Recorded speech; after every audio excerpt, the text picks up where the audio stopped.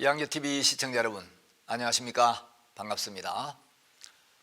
저는 작년 12월 말에 미국 달라스에서 가진 저희들 선교회 수양회를 참석했습니다. 제가 맡은 말씀은 처음 오신 분들, 하나님을 모르는 분들, 또 교회를 다니고 있지만 구원의 확신이 없는 분들에게 어떻게 죄 사함을 받고 구원을 받을 수가 있는가, 이 복음을 전했는데 한 부인이 구원 간증을 했습니다. 그분이 뭐라고 했냐면, 저는 20년 동안 어떤 교회를 다니면서 교회에서 요구하고 시키는 일은 다 했습니다. 행위에 대한 모든 것, 예배를 참석하고 주의를 지키고 기도를 드리고 성경을 읽고 11조하고 금식하고 철야하고, 그래서 그동안 교회에서 하라고 한 건 전부 다 했는데 여기 와서 구원을 받고 보니까 그동안 내가 교회에서 배운 것이 율법이었구나.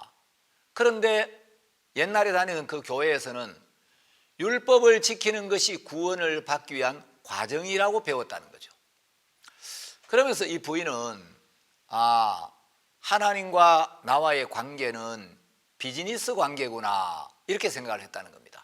그래서 내가 하나님 앞에 이렇게 하면 하나님이 이렇게 해주시겠지, 이제 그렇게 생각을 했는데, 달라스 수양에 와서 참된 복음을 듣고 하나님의 은혜를 깨닫고 보니까 그것은 진리의 복음이 아니었구나. 그래 이 부인이 이제 그 교회를 다니면서 자기는 하나님을 향해 준행해야 될 모든 의무는 다 했다고 생각을 했다는 겁니다. 그럼 내가 하나님을 향해 해야 할 모든 의무를 다 하면 하나님이 나한테 은혜와 복을 주셔야 되는데, 나는 하나님을 향한 의무를 다 했는데 하나님 내게 해주셔야 될 의무를 이행하지 않는 것 같아서 하나님에 대한 불신이 생기고 화가 나더라는 거죠. 하나님, 내가 이렇게 하나님을 섬기지 않았습니까? 교회에서 목사님이 이렇게 하면 복을 받는다, 이렇게 하면 은혜를 입는다, 하나님 이렇게 섬겨야 된다라고 하셔서 전 시킨 대로 다 했는데 하나님 저한테 해준 게 뭐가 있습니까? 하나님 저한테 무슨 은혜를 베푸시고 무슨 복을 주셨습니까? 하나님 아무것도 해준 게 없지 않습니까? 그래서 하나님에 대해서 마음이 다치면서 신앙을 포기해버렸다. 이제 하나님을 떠나니까 마약도 하고 여러 죄에 막 빠져들기 시작했는데, 그 후에 많은 어려움을 만나면서 다시 전에 다녔던 교회로 돌아갔는데, 그 교회에 가니까 여전히 잘해라, 열심히 해라, 율법을 지켜라, 이렇게 말하더라는 거죠. 그러다가 이제 지난 연말에 어떤 지인의 권유로 이제 저희들이 달라스에서 하는 그 수양회를 참석했는데, 하나님께서 이 구원의 놀라운 은혜를 베풀어 주셨다는 거예요. 그러니까 이제 와서 구원을 받고 정말 예수님을 마음에 모시고 나니까 죄와 마약에서 완전히 벗어나고 죄와 마약의 끝을 보게 되었다. 그래서 내가 율법 아래 있을 때는 정죄와 심판뿐이었다. 근데 하나님의 은혜와 사랑을 깨닫고 나니까, 마음에 있는 모든 죄를 씻고 예수님을 마음에 모시고 나니까 너무 행복하고 감사하다. 말로 다 할 수 없는 이 은혜를 받고 무료의 선물을 받고 나니 표현할 수 없을 정도로 감사하다, 이런 간증을 했습니다. 여러분, 마태복음 1장 1절에 보면 아브라함과 다윗의 자손 예수 그리스도의 세계라, 이런 말씀이 나오죠. 자, 이 세계라는 말은 족보, 계보, 이런 뜻이죠. 자, 이 말씀을 보면 예수님은 아브라함과 다윗의 자손, 아브라함의 자손이요 다윗의 자손이라고 말하고 있습니다. 하나님께서 예수 그리스도의 조상으로 아브라함을 선택하신 이유는 아브라함을 통하여 메시아를 이 세상에 보내시고 그 메시아를 통해 온 세상을 구원하시려는 하나님의 섭리와 뜻에 따른 것이었습니다. 하나님은 아브라함을 인하여 모든 이방이 복을 받을 것이라고 말씀하셨는데, 그 복이란 건 예수 그리스도로 말미암아 모든 사람이 구원과 영생을 얻는 복을 의미합니다. 창세기 15장에 보면 하나님은 아브라함에게 두 가지를 약속하셨습니다. 하나는 아브라함에게 아들을 주시겠다는 약속, 그리고 또 하나는 아브라함과 그 후손들에게 가나안 땅을 주시겠다는 약속이었습니다. 창세기 15장 7절에서 그 12절까지의 말씀을 보면 하나님이 아브라함에게 하신 약속이 기록되어 있는데, 창세기 15장에는 씨에 대한 약속과 땅에 대한 약속, 이 두 가지가 나오는데, 하나님이 아브라함에게 너에게 씨를 주고 네 씨로 말미암아 천하 만민이 복을 받게 되리라 하는 이 약속과, 아브라함이 있는 이 가나안 땅을 아브라함과 그의 후손들에게 주겠다고 약속을 하셨는데, 아브라함은 그 말씀을 듣고 하나님의 약속을 믿었습니다. 약속하신 하나님을 믿었죠. 자, 하나님께서 아브라함에게 약속을 세우셨고, 아브라함은 그 약속을 듣고 믿었는데, 하나님은 아브라함의 그 믿음을 의로 여기셨다라고 성경에 기록하고 있습니다. 먼저 아브라함의 씨에 대한, 아브라함의 자손, 아브라함의 후사에 대한 약속을 보면 창세기 15장에서 하나님은 아브라함에게 아들을 주시고, 그 아브라함의 후사에서 그리스도가 태어나고, 그로 말미암아 온 세상이 구원을 받고 천하 만민이 복을 받게 하겠다는 약속을 세우셨습니다. 그런데 창세기 15장 2절에서 아브라함 뭐라 하냐면, 주 여호와여, 내가 이 땅으로 업을 삼을 줄을 무엇으로 알리이까? 라고 이야기를 합니다. 그러니까 하나님이 네 몸에서 날 자가 네 후사가 되리라 하고 말씀하셨습니다. 자, 아브라함이 주 여호와여, 내가 이 땅으로 업을 삼을 줄을 무엇으로 알리이까? 하고 하나님께 묻는 걸 보면 15장 2절에서 아브라함은 믿음이 없었습니다. 그런데 하나님이 뭐라고 하시냐면 15장 9절에서 여호와께서 그에게 이르시되 나를 위하여 3년 된 암소와 3년 된 암염소와 3년 된 수양과 산비둘기와 집비둘기 새끼를 취할지니라. 그리고 15장 10절에 보면 아브라함이 그 모든 것을 취하여 그 중간을 쪼개고 그 쪼갠 것을 마주 대하여 놓고 그 새는 쪼개지 아니하였다라고 기록이 되어 있습니다. 자, 고대 근동 지역에서는 사람들이 약속을 세우고 언약을 맺을 때 짐승을 죽여서 그 중간을 딱 쪼개고 그 쪼갠 것을 마주 대하여 놓고 약속을 하는 쌍방이 함께 그 쪼갠 짐승 사이로 지나갔습니다. 이것은 우리 둘이 약속을 세우는데 이 언약을 어기면 쪼개버린 이 짐승처럼 내 몸을 쪼개라는 뜻으로, 이건 목숨을 건 약속, 목숨을 건 맹세였습니다. 아브라함은 3년 된 암염소와 3년 된 암소, 그리고 수양과 산비둘기, 그리고 집비둘기 새끼를 잡아서 그 중간을 쪼개고 그 쪼갠 것을 마주 대하여 놓고 있었습니다. 피가 흐르는 이 짐승들을 쪼개놓고 있는데 해질 때 아브라함은 깊이 잠이 들었습니다. 캄캄함이 임하여 아브라함이 두려워하고 있을 때 하나님의 불이 그 쪼갠 고기 사이로 지나갑니다. 창세기 15장 17절에 보면 해가 져서 어두울 때에 연기나는 풀무가 보이며 타는 횃불이 쪼갠 고기 사이로 지나더라, 이렇게 기록되어 있죠. 그런데 여러분, 여기 재밌는 사실은 그 쪼갠 짐승 사이로 아브라함은 지나가지 않습니다. 하나님만 홀로 지나가신 거예요. 그것은 하나님이 아브라함에게 약속을 세우시는데 그 언약을 이행할 의무를 하나님 혼자 지신다는 겁니다. 여호와 하나님께서 약속하신 대로 반드시 이루겠다는 확고하고 일방적인 약속이었습니다. 쪼갠 고기 사이로 하나님과 아브라함이 함께 지나가신 게 아니고 하나님만 지나가셨기 때문에 하나님이 아브라함에게 이 약속을 하시는데 아브라함에게는 이 언약을 지킬 의무가 없고 하나님만 이 약속을 지킬 의무가 있는 거예요. 그래서 이제 인간 편에서는 준행의 의무나 조건이 따르지 않는 일방적인 무조건적인 약속이었습니다. 자, 근데 참 놀라운 사실은 하나님이 아브라함에게 이 약속을 하시는데 아브라함은 이 약속을 준행할 의무나 책임이 없지만 하나님의 약속에 참여한다는 겁니다.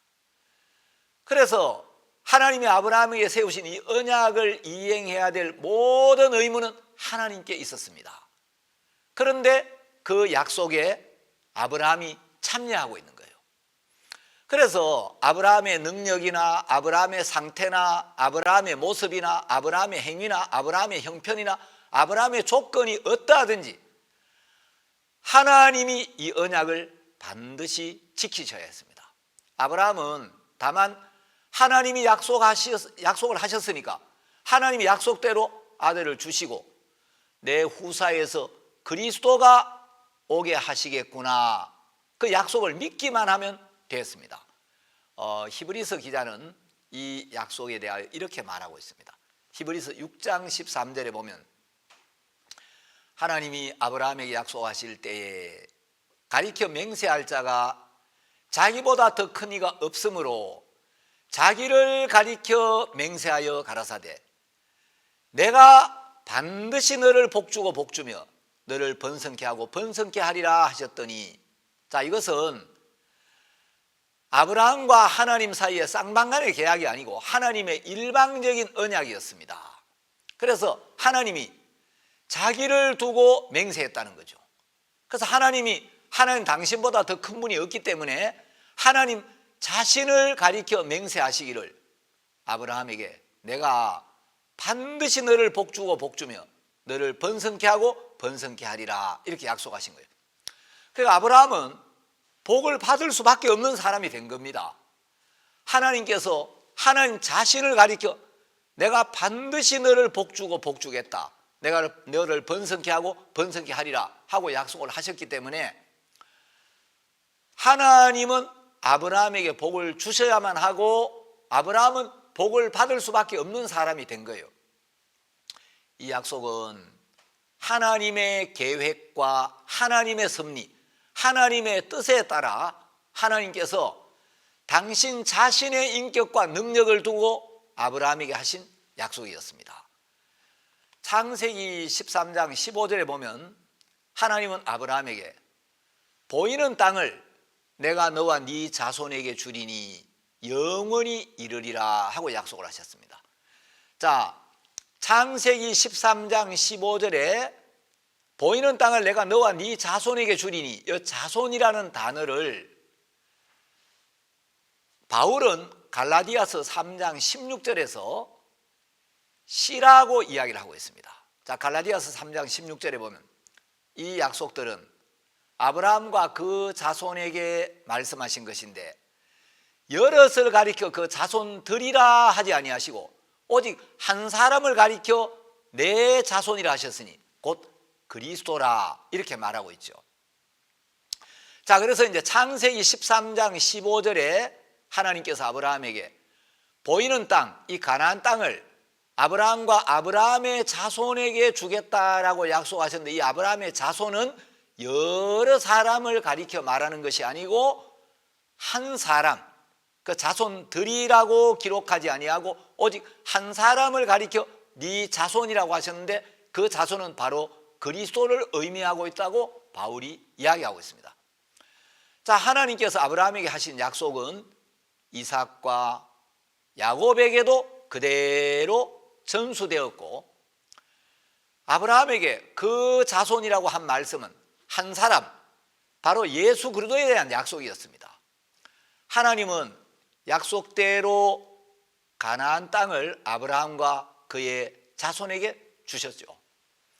자, 이제 창세기 15장 18절에 보면 그날에 하나님께서 여호와께서 아브라함으로 더불어 언약을 세워 가라사대 내가 이 땅을 애굽 강에서부터 큰 강 유브라데까지 내 자손에게 주노니. 자, 이제 하나님이 아브라함에게 하신 이 언약은 창세기 12장 이후에 계속 전승되고 전수되고 확정되어집니다.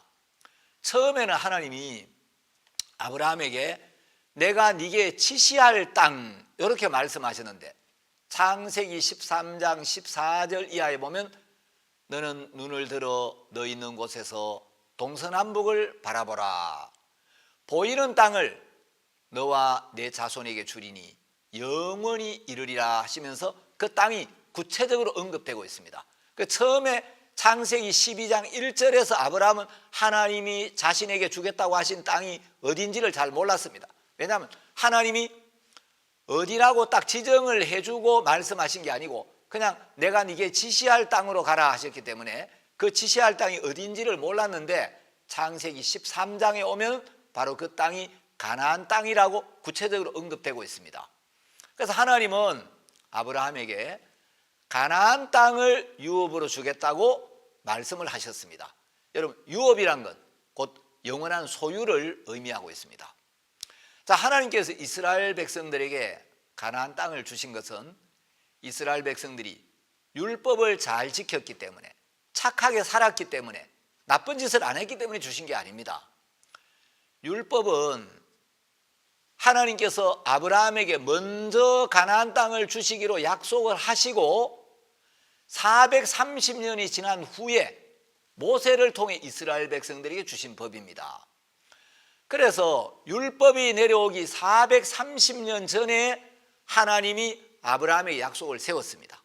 자, 이 부분에 대하여 갈라디아서 3장 15절에 보면 바울은 이렇게 이야기를 하고 있습니다. 형제들아, 사람의 예대로 말하노니 사람의 언약이라도 정한 후에는 아무도 패하거나 더하거나 하지 못하느니라. 자, 사람과 사람 사이의 약속도 한번 약속을 하면 이건 더하거나 패할 수가 없다는 거죠. 16절, 이 약속들은, 자, 여기 이제 이 약속들은 이렇게 하고 있는데 15절은 사람과 사람 사이에 세운 약속도 한 번 약속을 하면 일단 정하면 더하거나 패할 수 없는데 16절은 하나님이 아브라함에게 하신 약속은 더더욱 변할 수가 없다는 걸 설명하는데 여기 16절에 앞에 그 단어는 없지만 내용상으로 보면 하물며 이런 내용이 있는 거예요. 사람의 약속도 한 번 정하면 절대로 변개시킬 수가 없는데 하물며 하나님이 아브라함에게 하신 이 약속들은 아브라함과 그 자손에게 말씀하신 것인데 여럿을 가리켜 그 자손들이라 하지 아니하시고 오직 하나를 가리켜 내 자손이라 하셨으니 곧 그리스도라 이렇게 기록되어 있습니다. 그래서 율법이 내려오기 전에 하나님이 아브라함과 그 후손들에게 하신 약속이 있었다는 거죠. 자, 이 약속은 율법과 상관없이 하나님이 아브라함에게 일방적으로 세우신 약속이었습니다. 그래서 이스라엘 백성은 율법을 잘 지켰기 때문에 가나안 땅에 들어간 건 아니었습니다. 가나안 땅은 율법이 내려오기 430년 전에 하나님께서 먼저 아브라함에게 그 땅을 은혜로 주겠다고 약속을 하셨고 그 후에 하나님은 가나안 땅을 이스라엘 백성들에게 선물로 주셨습니다. 자, 그래서 하나님의 유업은 율법에서 난 것이 아닙니다. 이건 오직 하나님이 아브라함에게 약속으로 말미암아 주신 겁니다. 율법의 행위나 인간의 수고, 인간의 선행, 인간의 열심, 인간의 공로로 얻은 게 아니고 전적으로 하나님의 은혜로 받은 것이었습니다. 그래서 바울은 갈라디아서 3장 18절에서 만일 그 유업이 율법에서 난 것이면 약속에서 난 것이 아니리라. 그러나 하나님이 약속으로 말미암아 아브라함에게 은혜로 주신 것이라 하고 증거하고 있습니다. 율법을 행한 대가로 유업이 주어진다면 그 유업은 은혜가 될 수 없다는 거죠. 로마서에도 이 사실을 이야기하고 있습니다. 로마서 11장 6절에 보면 만일 은혜로 된 것이면 행위로 말미암지 않음이니 그렇지 않으면 은혜가 은혜되지 못하느니라. 자, 이 아브라함에게 하나님이 하신 약속에 비해서 하나님께서 모세에게 주신 율법은 일방적인 약속이 아니라 쌍방간에 세운 약속입니다. 자, 율법은 우리가 율법을 순종하면, 이스라엘 백성들이 율법을 순종하면 복을 받고 불순종하면 저주를 받는 겁니다. 그러니까 인간 쪽에서의 의무는 순종이고 하나님 쪽에서의 의무는 복을 주시는 일이죠. 율법은 양쪽이 다 의무를 이행해야 하는 약속입니다. 그런데 하나님께서 아브라함에게 세우신 언약은 율법처럼 쌍방간의 약속이 아니고 일방적인 약속이죠. 다윗이 무비보셋과 한 약속이나 예수님께서 베드로에게 사람 낚는 어부가 되게 하겠다고 하신 약속은 일방적인 약속이었습니다. 우리 한국어 성경에는 나를 따라오너라 내가 너로 사람 낚는 어부가 되게 하리라 이렇게 되어 있는데, 영어에 보면 그 약속을 하신 예수님의 강한 의지가 아주 분명하게 표현되어 있습니다. I will make you fishers of men 하고 되어 있는데, 이 I will make you, 내가 너 베드로를 사람 낚는 어부로 만들겠다, 만들고야 말겠다, 내가 반드시 너 베드로를 사람 낚는 어부로 만들어 주겠다. 이건 어떤 베드로의 조건, 베드로의 행위를 보고 하신 게 아니고 베드로의 모습이 어떠하든지 하나님께서 베드로에게 뜻을 두시고 그 베드로를 사람 낚는 어부로 만들어 놓고 말 하나님 예수님 자신의 능력을 믿고 하신 약속이었죠. 자, 아브라함에게 하나님이 약속하신 그 언약은 복음을 의미하고 있습니다. 그래서 갈라디아 3장 8절에 보면 하나님이 이방을 믿음으로 말미암아 의로 정하실 것을 성경이 미리 알고 먼저 아브라함에게 복음을 전하되 모든 이방이 너로 말미암아 복을 받으리라 하였느니라. 자, 성경은 먼저 아브라함에게 복음을 전했다는 거죠. 여러분, 아브라함은 복음을 들은 거예요. 예수님이 오시기 훨씬 전에. 그리고 그 복음을 믿었습니다. 여러분, 복음이 뭡니까? 메시아, 하나님의 아들 예수 그리스도가 이 세상에 오셔서 온 인류의 죄를 담당하시고 그 죄를 사하기 위해 십자가에 못 박혀 죽으시고 피를 흘려서 온 인류의 모든 죄를 사하시고 장사 지낸 바 되셨다가 사흘 만에 부활하시고 승천하시고 다시 오신다는 약속이죠. 자, 근데 그 그리스도가 아브라함의 후사에서 나신다는 겁니다. 그래서 아브라함은 하나님의 말씀을 듣고 복음을 듣고 복음을 깨닫고 예수 그리스도가 오실 것을 미리 보고 있었습니다. 요한복음 8장 56절에 보면 예수님께서 바리새인들을 향하여 너희 조상 아브라함은 나의 때에 볼 것을 즐거워하고 하다가 보고 기뻐하였느니라 이렇게 말씀하셨습니다.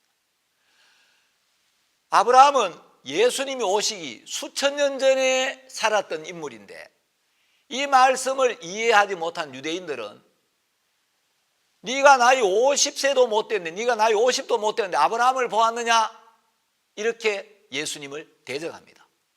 그런데 예수님 요한복음 8장 58절에서 예수께서 이르시되 진실로 진실로 너희에게 이르노니 아브라함이 나기 전부터 내가 있었느니라 이렇게 말씀하시죠. 여러분, 아브라함이 하나님께 받은 약속은 바로 복음이었고 그 복음은 실제로 예수 그리스도가 이 땅에 오셔서 성취하신 것이었죠. 자, 하나님이 아브라함에게 하신 이 약속은 일방적인 약속이었고 아브라함은 그 약속의 말씀을 듣는 위치에 있었습니다. 자, 하나님이 아브라함에게 하셨는데 이건 아브라함이 하나님이 아브라함에게 일방적으로 하신 약속이기 때문에 하나님이 약속을 세우시고 하나님이 그 약속을 준행해야 될 의무를 가지고 있는 거예요. 그런데 그 약속을 하시고 약속을 이행하는 분은 하나님인데 아브라함은 그 약속에 참여하고 있다는 거죠. 아브라함은 아무것도 안 하지만 아브라함의 모습과 상관없이 아브라함은 하나님이 하신 그 언약에 참여하고 있다는 거죠. 그래서 하나님께서 아브라함과 맺으신 언약은 아브라함이 어떤 선한 일을 하거나 허물이 없거나 경건한 삶을 살아서가 아니라 하나님께서 아브라함을 택하시고 부르시고 아브라함에게 세우신 약속을 하나님 당신의 능력으로 당신이 이루시겠다는 일방적인 약속이었습니다. 이 약속은 변할 수 없는 영원한 언약이었습니다.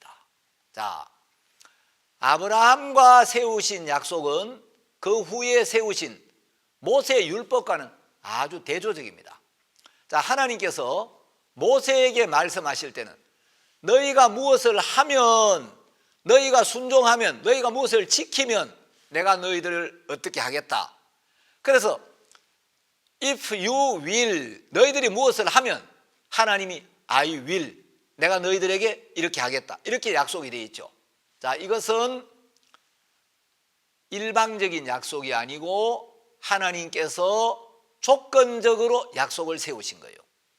자, 출애굽기 19장 5절에 보면 이제 만일 너희가 참으로 내 음성에 복종하고 나의 언약을 지키면, 이렇게 되어 있습니다. 복종하고 지키면 복을 주겠다는 거죠. 자, 이 약속은 이스라엘 자손들의 순종이 선행되어야 하나님께서 그들에게 약속하신 복을 받을 수가 있는 겁니다. 그러니까 모세의 율법은 아브라함의 언약과는 굉장히 다르죠. 자, 모세에게 하신 약속은 조건적인 약속이었습니다. 자, 신명기 28장을 한번 보시겠습니다.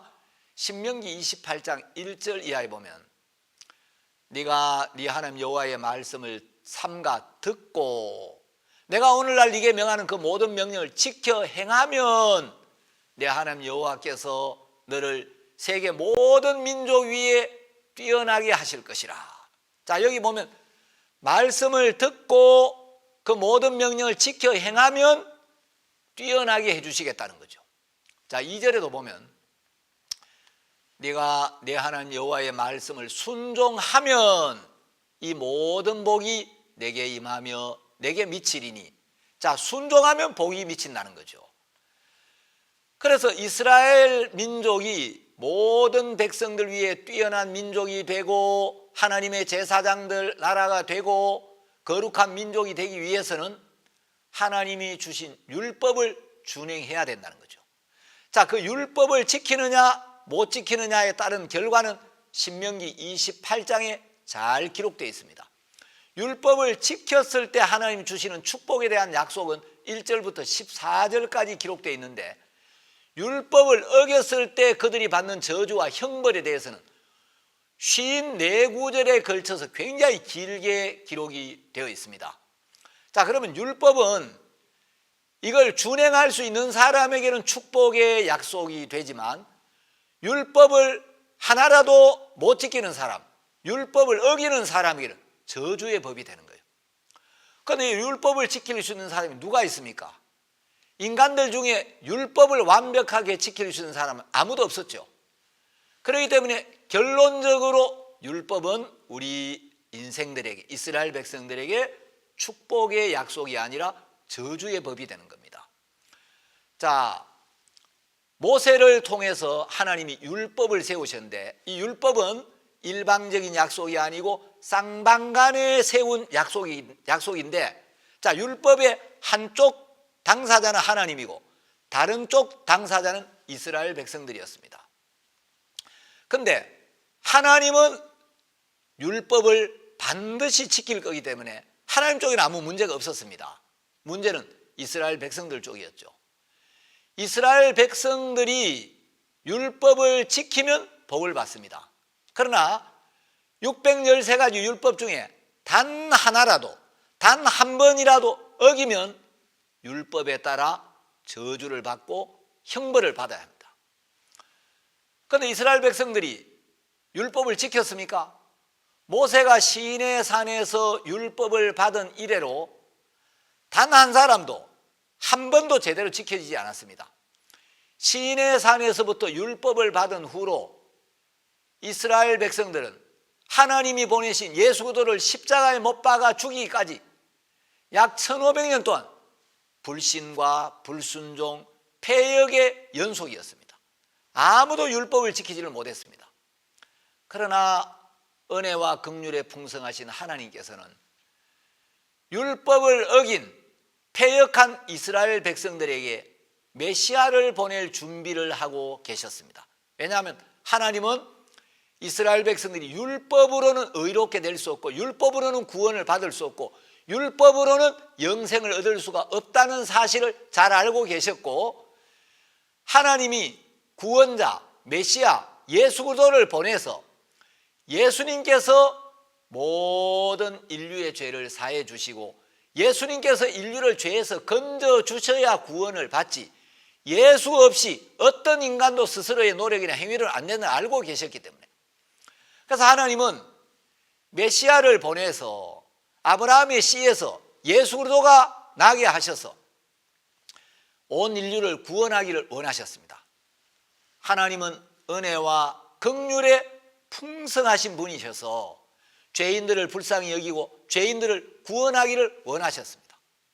갈라디아서 3장 17절에 보면 내가 이것을 말하노니 하나님께서 미리 정하신 언약을 430년 후에 생긴 율법이 폐하지 못하고 그 약속을 헛되게 하지 못하리라, 이렇게 이야기하고 있습니다. 자, 이 말씀은 시간적으로 아브라함이 받은 복음이, 하나님이 아브라함에게 하신 약속이 모세의 율법보다 앞서 있다는 이야기인 거죠. 자, 하나님이 아브라함에게 주신 약속은 하나님께서 조건 없이 거저 주시는 선물이었습니다. 그건 어떤 노력을 통해 얻어지는 게 아니라 하나님의 은혜로 주어지는 선물이었습니다. 또 이스라엘 백성들이 율법을 지키지 못했는데도 하나님은 여전히 이스라엘 백성들을 당신의 백성으로 삼아 주셨습니다. 이게 하나님의 사랑이고 은혜였습니다.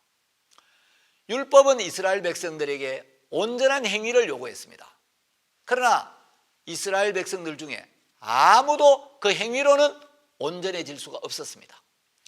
이스라엘 백성들이 온전해지는 길은 예수님이 오셔서 우리의 모든 죄를 씻어 주시고 예수님께서 율법의 요구를 이루시고 율법의 저주에서 우리를 속량해 놓으시면 그 예수 그리스도를 믿는 믿음의 길 밖에는 다른 길로 온전해질 수가 없는 겁니다.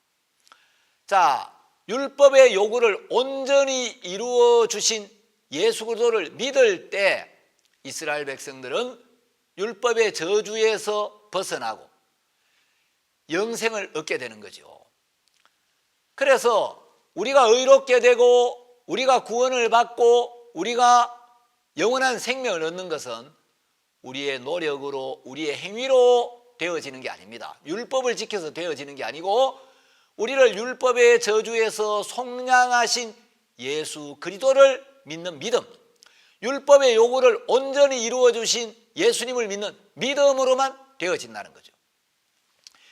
예수 그리스도께서 십자가에 죽으신 것은 아브라함과 그 자손에게 하신 약속, 다시 말하면 바울이 오직 하나를 가리켜 내 자손이라 하신 그 그리스도를 통하여 천하 만민이 복을 얻게 하시겠다고 하신 그 약속에 따른 죽음이었습니다. 그래서 이 약속은 아브라함이 연약하든 실수하든 허물이 있든 아내를 누이라고 속이든 아브라함이 믿음이 없어서 기근을 피해가지고 애굽으로 내려가든 하나님이 아브라함에게 일방적으로 세우셨기 때문에 하나님이 그 약속을 지키셔야만 했습니다. 율법은 우리를 의롭게 해주지 못하지만 맡은 역할이 있었습니다. 율법이 필요 없었던 건 아닙니다. 그래서 율법도 아주 중요한 역할을 했죠. 우리의 죄를 깨닫게 해서 우리를 그리스도 앞으로 인도했으니까. 율법은 마치 확대경처럼 우리의 죄를 극대화시키는 일을 합니다. 그래서 우리의 죄를 깨닫고 우리 자신을 믿는 마음을 버리고 예수님 앞으로 우리를 인도하는 데 필요한 역할이 있었죠. 하나님은 예수 그리스도를 믿는 믿음으로 말미암는 약속을 모든 믿는 자들에게 주시기 위해 율법을 통해서 사람들을 죄 아래에 가두게 하셨습니다. 하지만 그리스도께서 오셔서 율법의 요구를 이루심으로 우리의 구원을 완벽하게 이루심으로 율법의 역할은 끝이 났습니다. 자, 그래서 로마서 10장 4절에 보시면 율법에 대해서 이렇게 기록하고 있습니다. 그리스도는 모든 믿는 자에게 의를 이루기 위하여 율법의 마침이 되시니라. 예수 그리스도는 율법의 종지부가 되신다는 거죠. 그래서 여러분, 율법은 영원히 존재하는 법이 아니고 모세로부터 예수님이 십자가에 못 박혀 돌아가실 때까지 율법이 존재하는 겁니다. 이제 보통 성경학자들은 이 시대를 율법 시대라고 이야기를 합니다. 그래서 율법은 십자가에서 끝이 났고 이제 예수님이 십자가에서 우리의 모든 죄를 씻으시고 율법의 요구를 이루시고 돌아가시면 우리는 더 이상 율법 아래에 있지 않습니다.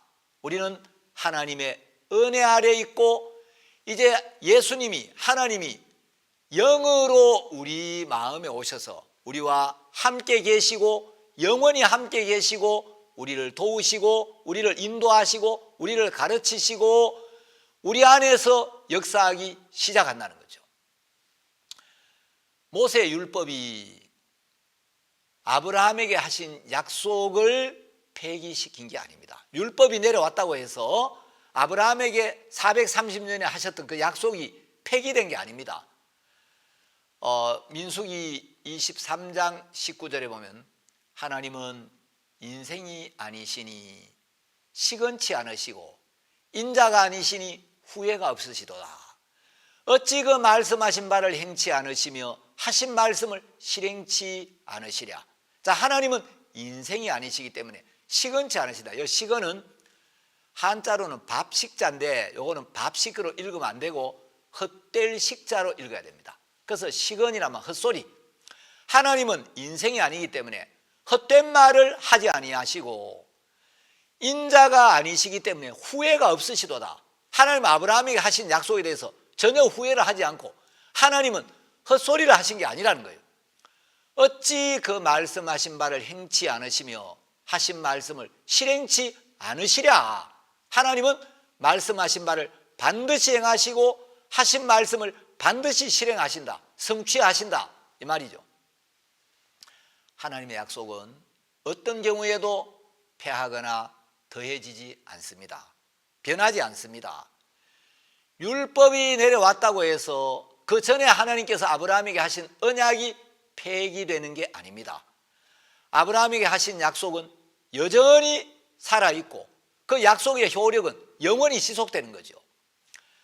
갈라디아서 3장에서 바울은 아브라함에게 전해진 그리스도의 복음이 율법보다 먼저 있었고 따라서 모세의 율법이 아브라함에게 전해진 은혜의 복음보다 더 권위를 갖는 게 아니라고 율법주의자들의 잘못된 주장을 반박하고 있습니다. 그러면서 천하 만민에게 복을 가져다 줄 아브라함의 씨인 그리스도에 대해서 하신 언약이 율법보다 430년 앞서 있다고 증거하고 있습니다.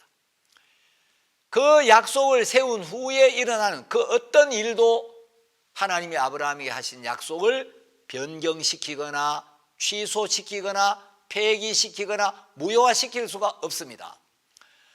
하나님이 약속하신 모든 일을 이루시는 것은 하나님의 일이기 때문에 인간의 열심이나 인간의 수고가 요구되지를 않습니다.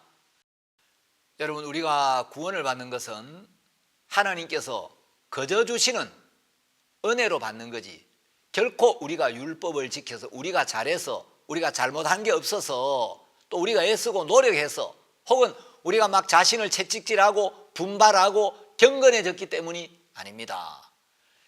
이스라엘이 받은 유업이 이스라엘 백성들의 공로나 행위에 달려있지 않았듯이 우리가 구원을 받는 것도 값없는 하나님의 은혜지 우리의 공로에 달려있지 않습니다. 이 분명한 사실은 아브라함과 그 후손들이 받은 유업을 통해 분명히 입증이 되었습니다.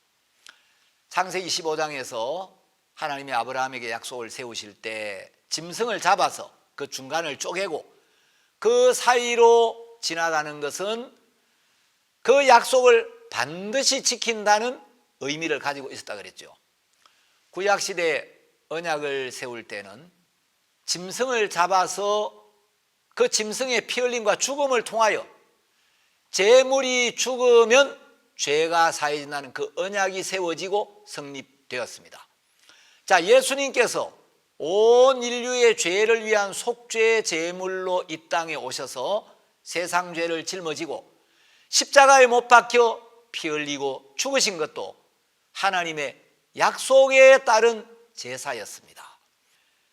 예수 그리스도께서 십자가에 못 박혀 죽으신 것은 이제 옛 언약을 폐하고 새 언약을 이루기 위한 제사로서의 죽음이었습니다.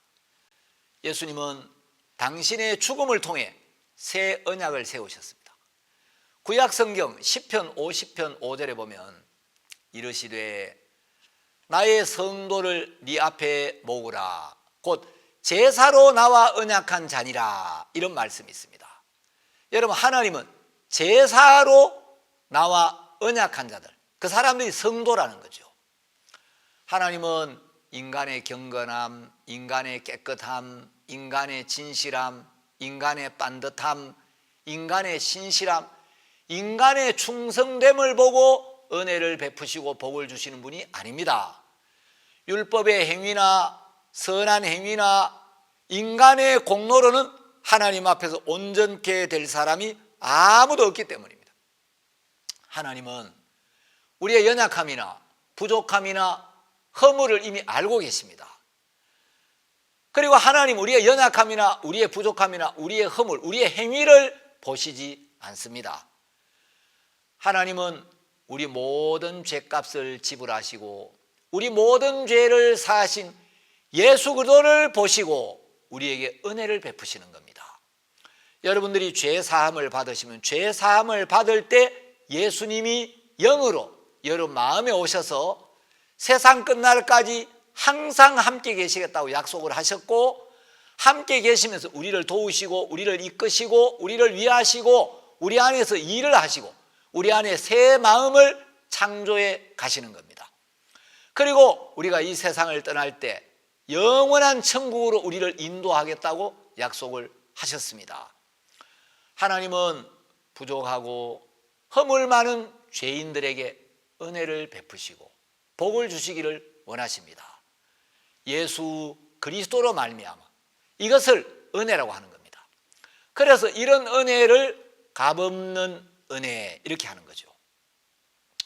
예수 그리스도의 죽음과 부활로 말미암아 아브라함에게 하신 약속은 십자가에서 성취되었고, 이제 구약의 많은 예표와 모형, 그림자와 상징들은 실상인 그리스도가 이 세상에 오셔서 그 모든 것을 이루심으로 이제 사라져 버렸습니다. 이제 만민에게 이 복음이 전파됨으로 인류를 구원하시려는 하나님의 뜻이 이루어진 겁니다. 예수님을 통해 우리에게 주신 새 언약은 율법의 의보다 훨씬 강력한 겁니다. 그리스도의 은혜는 아담을 통해 들어온 죄보다 훨씬 더 강력하고 모세 율법보다 훨씬 더 능력 있는 겁니다. 하나님의 은혜는 우리의 모든 죄를 씻으시고 우리를 영원히 의롭게 깨끗하게 온전하게 거룩하게 했습니다. 이 복음을 받아들일 때 하나님의 생명, 하나님의 성령이 우리 속에 들어와서 우리와 함께 거하시며, 하나님이 저 먼 하늘에도 계시지만 이제 우리 마음 안에 항상 함께 계시면서 우리와 함께 사시고 우리를 통해 역사하시는 겁니다. 그래서 우리는 그 예수님을 모시면 우리의 행위와 상관없이 복을 받을 수밖에 없는 사람이 되는 거예요. 내가 복을 받기 싫어도 복을 받도록 돼 있는 복된 사람이 되는 것입니다. 오늘 제가 여기까지 말씀드리겠습니다. 여러분, 말씀이 좀 이해가 잘 안 가시면 두 번, 세 번 다시 들어보시고 또 이 이한규 TV 영상을 여러분 주변에는 많은 분들에게 좀 전파해서 많은 분들이 이 율법과 은혜의 차이를 잘 깨닫고 하나님의 은혜 안에 거하시게 되기를 바랍니다. 감사합니다.